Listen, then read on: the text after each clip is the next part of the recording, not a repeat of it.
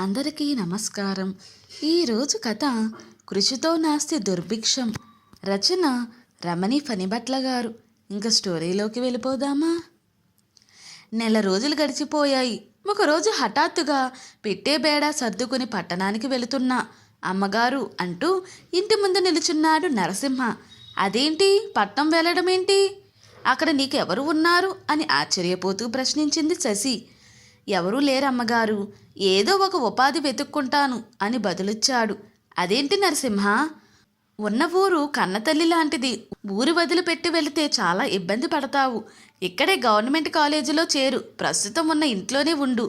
మా ఇంట్లోకి వచ్చి భోజనం చెయ్యి, అంతేకాని ఎక్కడికి వెళ్ళకు అంటూ నచ్చచెప్పబోయింది. లేదమ్మగారు, అమ్మలేని ఊర్లో నేను ఉండలేను, వస్తాను. శశి కాళ్లకు దండం పెట్టాడు. ఏమి చెప్పినా వినేటట్టు లేడు అనుకుంటూ ఇప్పుడే వస్తాను ఉండు అంటూ గబగబా లోపలికి వెళ్ళి ఒక 1000 రూపాయలు, 2 జతల బట్టలు ఒక కవర్లో పెట్టి తీసుకునొచ్చి వాడి చేతిలో పెట్టింది. హర్షిత కూడా ఒక బైండింగ్ బుక్ తీసుకువచ్చి నరసింహ చేతిలో పెట్టింది. ఇందులో గొప్ప గొప్ప వాళ్ళ జీవిత కథలు, ఆయా రంగాల్లో నిష్ణాతులు ఇచ్చిన ఇంటర్వ్యూలను కట్ చేసి కుట్టించి పెట్టాను. నువ్వు 10th క్లాసులో ర్యాంకు సాధించిన సందర్భంగా నీకు బహుమతిగా ఇద్దామని అనుకున్నాను, కానీ కుదరలేదు. ఇది నీకు చాలా ఉపయోగపడుతుంది. ఆల్ ది బెస్ట్ అంటూ ఆ పుస్తకం వాడి చేతిలో పెట్టింది. నరసింహ, అవసరం ఉన్నప్పుడు మమ్మల్ని మర్చిపోకు. నీకు ఏ సహాయం కావాలన్నా ఇక్కడకు రా అంటూ శశి గేటు వరకు వెళ్ళి సాగనంపింది. అలా ఊరిని వదిలి హైదరాబాదు చేరుకున్నాడు నరసింహ. కాలచక్రంలో 20 సంవత్సరాలు గడిచిపోయాయి. శశి కూతురు కొడుకు చదువుకుని ఉద్యోగాలు వెతుక్కుని విదేశాల్లో స్థిరపడిపోయారు. అప్పుడప్పుడు వచ్చి తల్లిదండ్రులను చూసిపోతూ ఉంటారు. ఊరు, దానితో పాటు విద్యాలయాలు పెరగడంతో ప్రభాకర్ గారు నడుపుతున్న స్కూళ్లలో విద్యార్థుల సంఖ్య చాలా వరకు తగ్గిపోయింది. ప్రస్తుతం వస్తున్న విద్యా సంస్థలకు పోటీగా స్కూల్ నడపలేక వచ్చినంత వరకు గుడ్విల్ చూసుకుని స్కూల్ను వేరే వారికి స్వాధీనం చేసి అదే ఊర్లో ప్రైవేట్ కాలేజీలో లెక్చరర్గా స్థిరపడిపోయారు.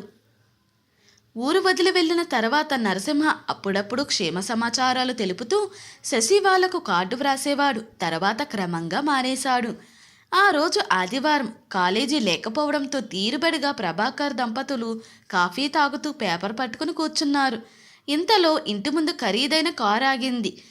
దాంట్లో నుంచి ఆజానుబాహుడైన వ్యక్తి హుందాగా దుస్తులు ధరించి చనువుగా లోపలికి వచ్చాడు. వస్తున్న వ్యక్తిని ఎక్కడో చూసినట్టుగా ఉంది అనుకుంటున్న శశి దంపతులకు వంగి కాళ్లకు నమస్కరించాడు.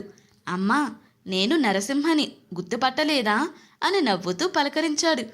ఓయ్, పెద్దవాడైపోయావు నరసింహ అంటూ నవ్వుతూ కౌగలించుకుని శశి, ఎలా ఉన్నావు? ఏం ఉద్యోగం చేస్తున్నావు? పెళ్ళయిందా? ఎంతమంది పిల్లలు అంటూ ప్రశ్నల వర్షం కురిపించింది. అన్నీ చెబుతానమ్మా అంటూ శశి భుజాలు పట్టి కుర్చీలో కూర్చోబెట్టి తను కూడా పక్కనే ఉన్న మరో కుర్చీలో కూర్చున్నాడు.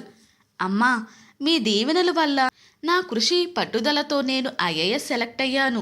ముస్సోరీలో ట్రైనింగ్ పూర్తి చేసుకుని శ్రీకాకుళం జిల్లాలో ట్రైనీ కలెక్టర్గా పనిచేశాను. 4 రోజుల క్రితం ట్రైనింగ్ పూర్తయింది. పాడేరు ఐటీడీఏ పీఓగా పోస్టింగ్ ఇచ్చారు. ఆ పదవిలో చేరే ముందు మిమ్మల్ని కలిసి మీ ఆశీర్వాదాలు తీసుకుందామని ఇటు వచ్చాను అంటూ తెలిపాడు. అది విన్న శశి సంతోషంతో నోట మాట రానట్టుగా కూర్చుండిపోయింది. కళ్ళ నిండా పదే పదే నరసింహను చూసుకుంటుంది. పిచ్చి తండ్రి, ఎన్ని కష్టాలు పడ్డాడు, ఎన్ని బాధలు పడ్డాడో లక్ష్యం చేరుకోవడానికి అనుకుంది.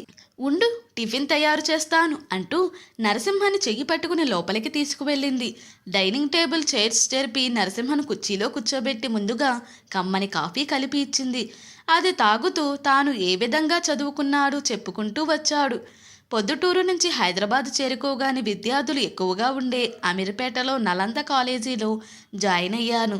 10th క్లాసులో మంచి మార్కులు రావడంతో కాలేజీలో వాళ్ళు ఫ్రీ సీట్ ఇచ్చారు.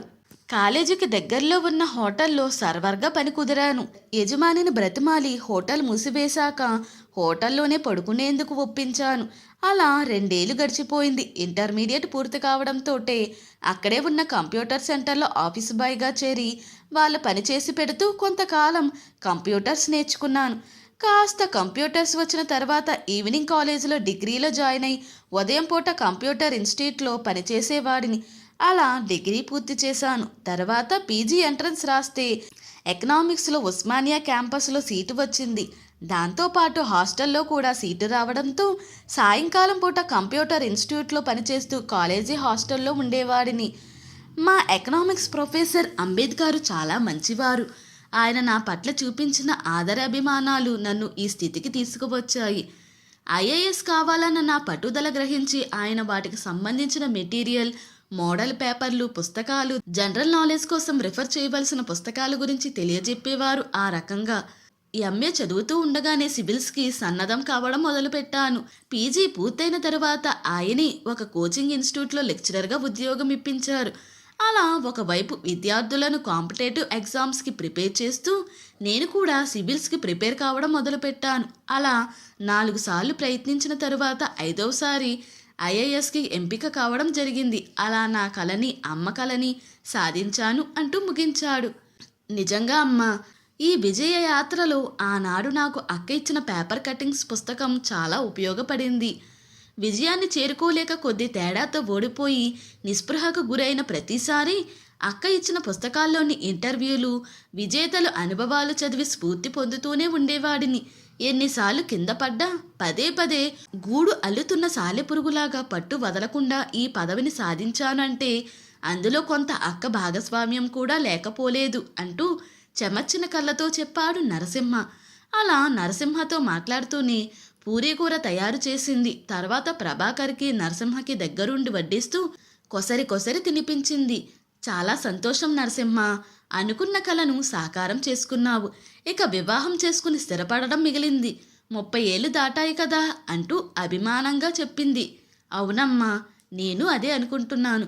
ఎవరైనా పేద అమ్మాయిని నా వల్ల తనకి జీవితం ఏర్పడుతుంది అనుకునే పరిస్థితుల్లో ఉన్న అమ్మాయిని చేసుకుందాం అనుకుంటున్నాను అని సమాధానం చెప్పాడు. అదేంటి నరసింహ, సాధారణంగా పెద్ద పెద్ద ఆఫీసర్లు అదే స్థాయిలో ఉన్న వాళ్ళని చేసుకుంటారు కదా అంటూ సందేహంగా అడిగింది. అవునమ్మా, అలా హోదాలో ఉన్నవారు మరొక హోదాలో ఉన్నవారిని చేసుకుంటే వచ్చేదానికన్నా పేద అమ్మాయిని చేసుకుంటే తనకి సంఘంలో ఒక మంచి స్థానం ఏర్పడుతుంది కదా అని అన్నాడు.